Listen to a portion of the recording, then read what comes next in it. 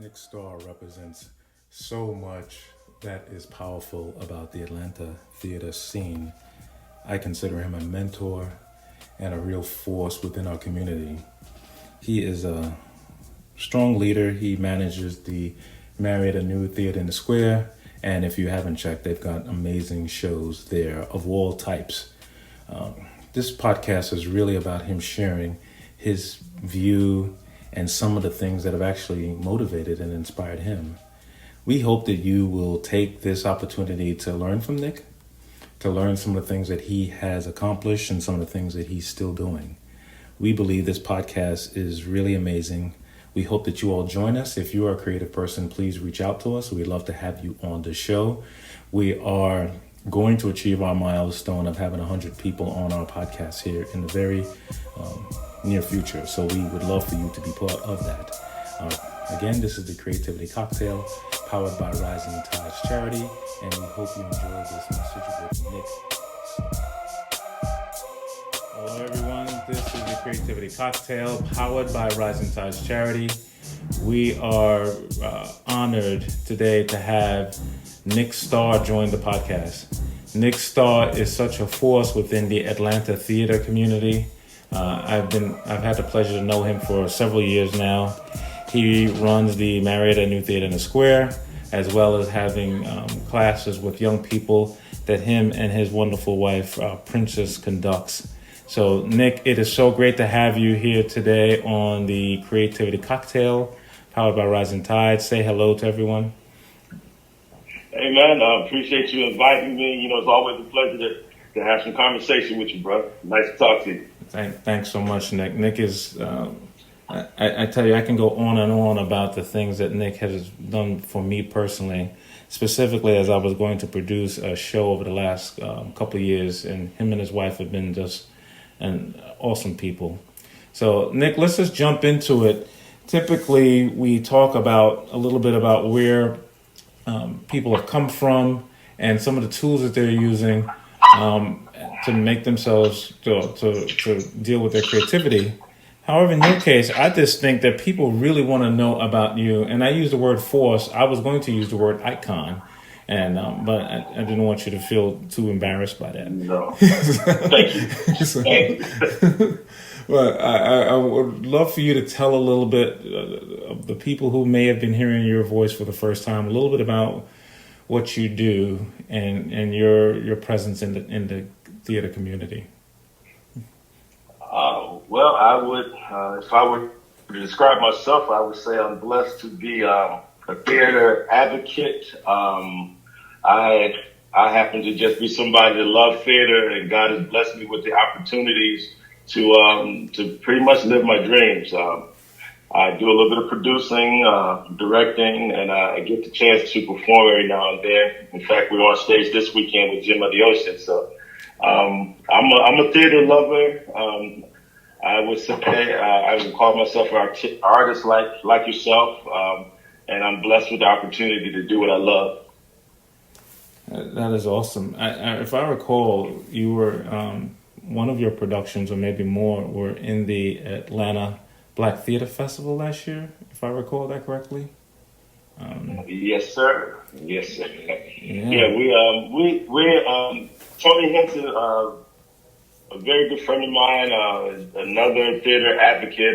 We're trying to really keep theater alive and keep it thriving here in Atlanta. There was a time when everybody was sending outside of Atlanta to get good artists, and we're trying to give a venue for people to do it here. I mean, I think we have a lot of awesome talent right here in Atlanta, and so we're trying to keep it right here at home. So.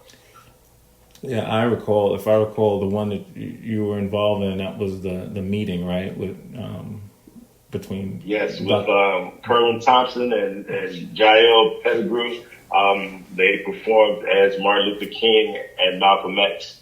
And Jael, in fact, won an award for Best Actor for that particular theater festival. So we're very proud of him and the work he's done. And that's what we're trying to do, man. We try to continue to put out good work and give venues for our local artists to do their craft, to show their craft. That is wonderful. and I've seen it firsthand, that there are so many great, talented people within our community. Yes, sir. That are doing some amazing things. It's gotten to the point I always make the joke, and for those of you who heard the podcast, please forgive me for making the joke again. But we could literally have a podcast like every day because there's so many amazing people in our community and in our city. Absolutely. So Nic, about your creative process, since you got your hand in several things, producing, directing, acting, is there a way or an environment or a thought process you get into when you say, you know what, I was doing one thing a second ago and now I've got to be creative? Is there any kind of tools or ways that you get in the creative mindset? Well, prayer is the first thing.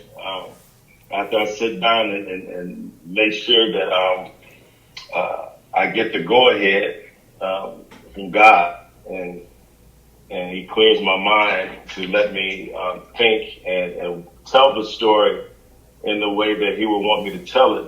For me, that's the biggest thing, is being able to tell a story. And before I tell the story, can I tell it in a way that it hasn't been told, or when I witnessed the story or when I read it, was something missing for me? Did I get something else out of it when I read it? So that when I tell the story, I want to make sure that I tell the story in the best way that I can do it.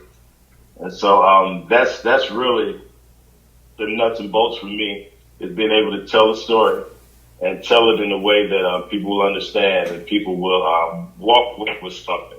A lot of people focus on the entertainment of it. Mm-hmm. A lot of people focus on the money. People have a different focus. I just want to tell a good story. Yeah. One of the things you said that connects with me is that you want people to walk away from the show with something. And that to me is always like of all the goals you want to have, it's like that to me is the most ultimate goal, not just the other things that come along with it, the entertainment or anything else. It's just like, did it affect you in any kind of way? Exactly. I want it to be an experience. I mean, you can go to a show, or you can go to an experience. And I want it to be an experience for whoever's in my audience. Yeah, we've got that in common, that's for sure. I've talked about anything that I'm involved as experiences versus just, anything else. Because when you go to theater, and I'm talking to the choir a little bit here, it's such a unique experience.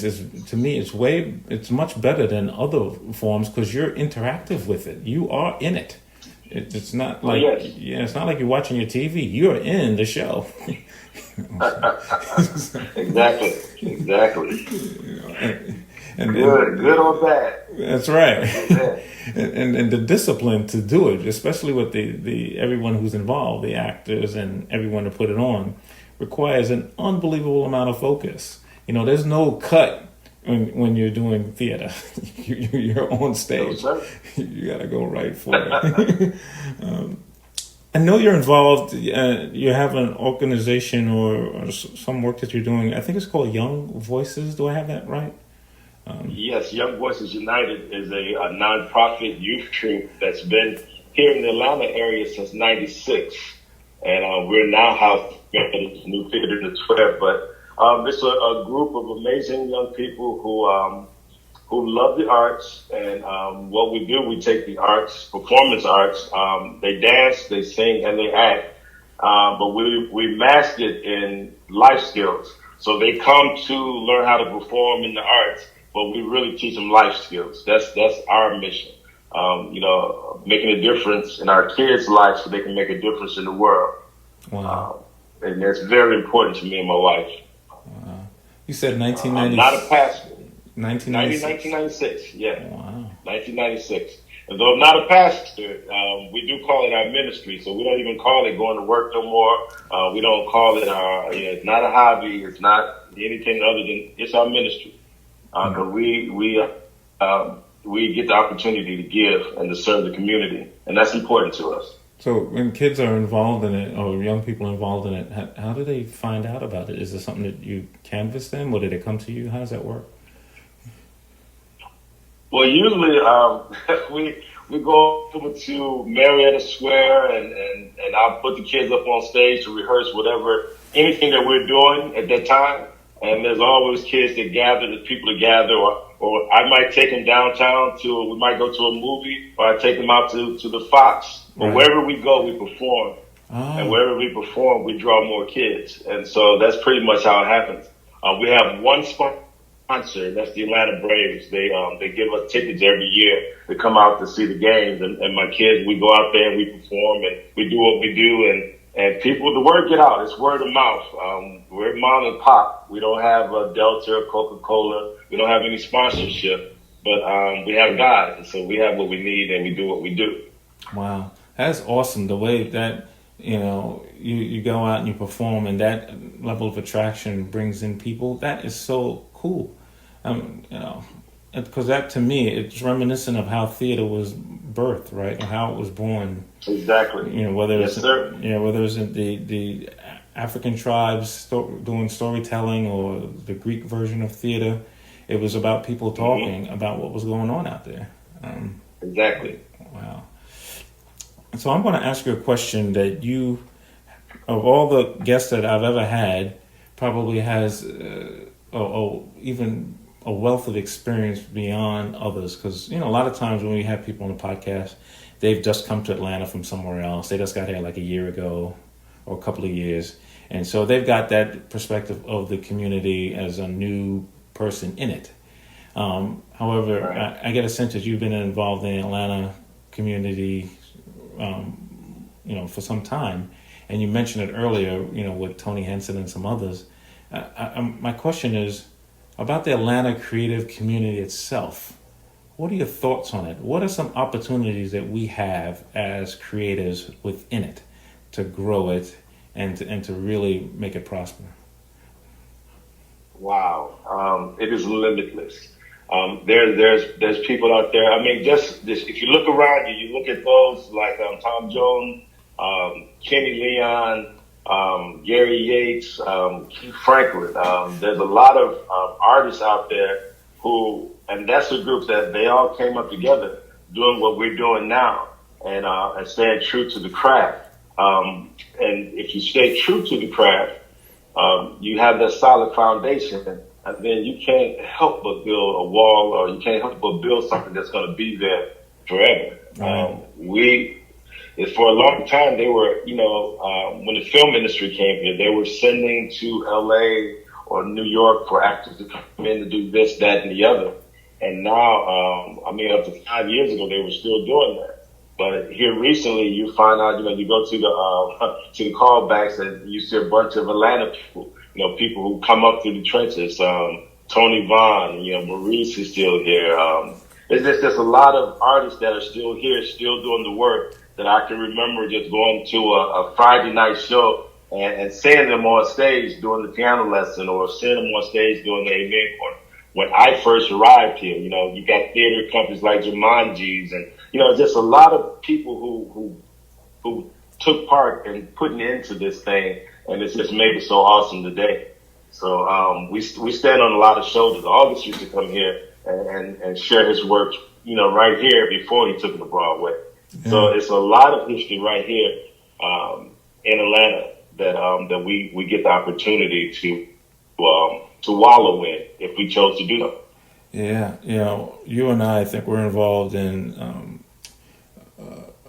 working with some individuals around crafting a kind of a collective. This might have been a couple of years ago, to actually try to harness the power of all of these creatives that are here in Atlanta. And I get a sense that you probably feel similar to myself in regards to that's something that's needed and warranted in our community, because there's so much great stuff in there. If we can just coalesce it into an organism, we could really do some amazing things. Wow. It will be so powerful. It will be so powerful. And the more we get the opportunity to come together and share our craft and just talk about it, or to talk story, the more we get together and do that, the better we all become as a community. We got together here recently to celebrate one of my mentors, Mr. Torian Black, who lives here in Atlanta He goes to the theater still. I mean, you never know he's in the audience, but he'll come out and he'll sit back and see his show, and he'll go back to Centennial Drive and chill. But he's one of those people that's done theater, film, TV. He's done it all, and he's right here in the community and loves sharing what he experienced with people. We did his very first touring awards in May. And it was a great turnout. A lot of artists came together and we celebrated each other's work, broke bread, and looking forward to, doing it again. So it's a lot going on here that we can, and if we come together, it'd be so much better. Yeah. We have so much more to do, so much further to go. All right. I tell you, when we get close to the next Touring Awards, I would like to ask you to come back so we can make sure that the world gets to know about that, because you're right. Anything like that can celebrate our community specifically, and all the great works that's happened now and in the past, I think is just so powerful. I get this sense. Yeah, I get this sense that when you think about industries, right? So like Detroit was known for the motor vehicle industry, and Silicon Valley was known for fintech and computers and so forth. And Atlanta's moniker, if you will, is that we're really starting to become a real hub of strong entertainment. And I think that being able to solidify that is important. We don't want this to be a place where, say, hey, 10, 20 years ago, Atlanta was this. And right. And what you're doing is really helping us to get there. Well, it's once again, it's the village. It's the community. It's you, it's me, brothers like That Paxton. There's so many brothers. I don't even start calling names. I'll get people, but there's so many out there who are trying to bring this thing together and solidify it. People used to call it the Dirty South, and it used to be all about the music, and it's still about the music. But we have so much more as far as artists and talent is concerned. And it's no surprise to me that Hollywood is coming this way. Yeah. It had to. This is where it's at. There's no doubt about it. You mentioned earlier your mentor, Torian Black. Are there any others who are like that, have been very impactful in your life as you continued on in your career? Oh, my goodness. Torian was the one. Years ago, my dad would sit and watch Torian on TV. And I was that young man trying to be like my dad, and he's telling me, "Don't try to be like me. Be like that man right there." He had that kind of strength, to walk across the television screen and do what he did. And then you go on to find out, he's part of the Negro Ensemble and all the other things he did. But I also look to, and people always look for people who are named. But for me, there are people who were in my life that nobody would know but me. There was a professor named Evelyn Decker, who actually started my youth group. She's the one who told me, you need to get a group of kids and start sharing what you know. Wow. Because it don't do you no good if you keep it to yourself. Go over there and teach that to them kids. I taught it to you, so go teach it to them. And so she started that, and we still, she had a group called the Efforts Artisan. She was a teacher out of Payne College. That's the college I went to. And she was very instrumental in making me think about, at that time I was doing it because I like being on stage, limelight, right, glory, that kind of thing. But she was the one that made me think about, okay, you can do that character like this and get all this shine, or you can try to make those around you look a whole lot better. And your shine will come eventually, but it'd be lasting, and you would deliver a message. You become a stronger actor. So stuff like that didn't make sense to me at all back then. Yeah. But it's meant the world to me now, to do something without having a message behind it, to do something without a purpose. You're just doing it. You're just throwing it in the wind. You're spitting in the wind. But what's the purpose in that? That's right. Wow. So those would be the two for me. Of course, you watched My Day was Lou Gossett. He was another one of those, but that would be my trilogy: Lou Gossett, Torian Black, and Evelyn Decker. That is great. Thanks for sharing that. So let me ask this. So if anyone who's listening to this podcast and they say to themselves, I'd like to have a deeper conversation, I'd like to connect with Nic Starr, what's a way that they can do that, or a couple ways they can do that?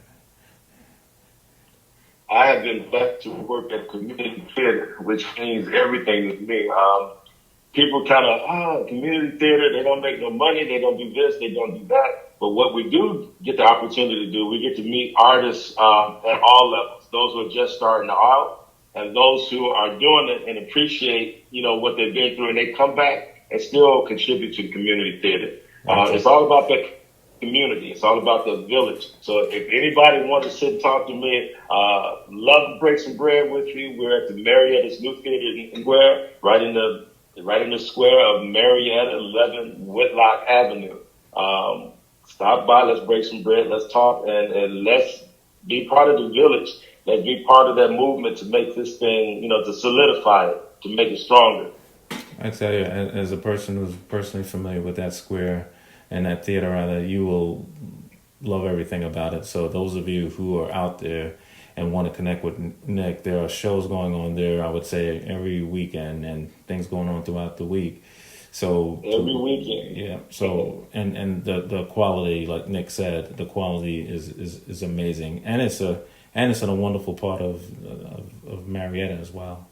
So last question here, Nic, and again, thank you so much. I tell you, I feel so honored that you would join this podcast as we're just... I appreciate you, man. I appreciate you. We're just starting out, and we've been getting so many great creatives, and to have someone who's got such tentacles like yourself in the community on this podcast is an unbelievable blessing. My last question to you... I appreciate you. My last question is, if someone right now they work creative, or they feel that their creativity is not going where it should be, what is some advice you'd give to a person out there about harnessing and growing their creative and spiritual selves? Find people who are like-minded. You can read all the books you want. You watch all the YouTube you want. But until you get out there on that stage, until you get yourself in that situation where you are able to flex your muscle, flex that creative muscle, that's when it starts taking place. And once again, it's nothing like being in the community theater where you can come out and, you don't make money. There's no money in it. But if you're doing it for the money, if that's your purpose, then I will be the wrong person to talk to, because I'm still doing it for the love. I love what I do. But I think in that love, if you truly love what you do, you find something you love doing, and you'll never work a day in your life. And there's ways to make money out of it. But you start at a place where you study your craft. Make sure you're right with your craft and you're true to it. And go someplace where you can actually use what you're learning. There's people who go to classes forever. They go to class, and they go to auditions, and, every once in a while, but it's all about the class. Classes are great. You should be studying. You should be learning your craft. But getting up, put yourself in an opportunity where you can actually flex that muscle. If you can't get into a show, you want to be in 12 Angry Jurors, you can't get in the show, produce it yourself. Get you a group of actors who are like-minded, who want to do it, who want to do the work, and you don't have to wait for somebody else to validate you. It all starts with you. Yeah. You got to make sure you're ready. You're ready. You're speaking directly to me and to hopefully this entire audience as someone who's taken steps like that in the past. Because your point is so unbelievably valid. So if someone out there is 20 years old or 70 years old, you should still take that step. And we know so many people where they get to a certain point in life, whatever that point is for them, and they say, well, this is the box that life has told me I'm supposed to be in, and then I should just keep going in that box. And I don't believe that, and I know you don't believe it. No, not at all. Whenever it is, I've been blessed to be around people of all kinds of backgrounds and ages and so forth in this community, and it continues to grow. Nic, you are an awesome brother. I really appreciate you, man. Thank you so much for this. I hope to have you back if we can on the podcast. Oh, anytime. Yeah. Anytime. And for all of those who are out there, remember, this is the Creativity Cocktail. Powered by Rising Tides Charity. Our goal is to make sure that we talk to people of all creative likes and to make sure that we're creating a concoction, a cocktail, something that you can drink and it'll nourish you as far as your creativity. So again, Nic, excited to have you. Thank you so much, and we will talk to you soon. Thank you. All right. Thanks for having me.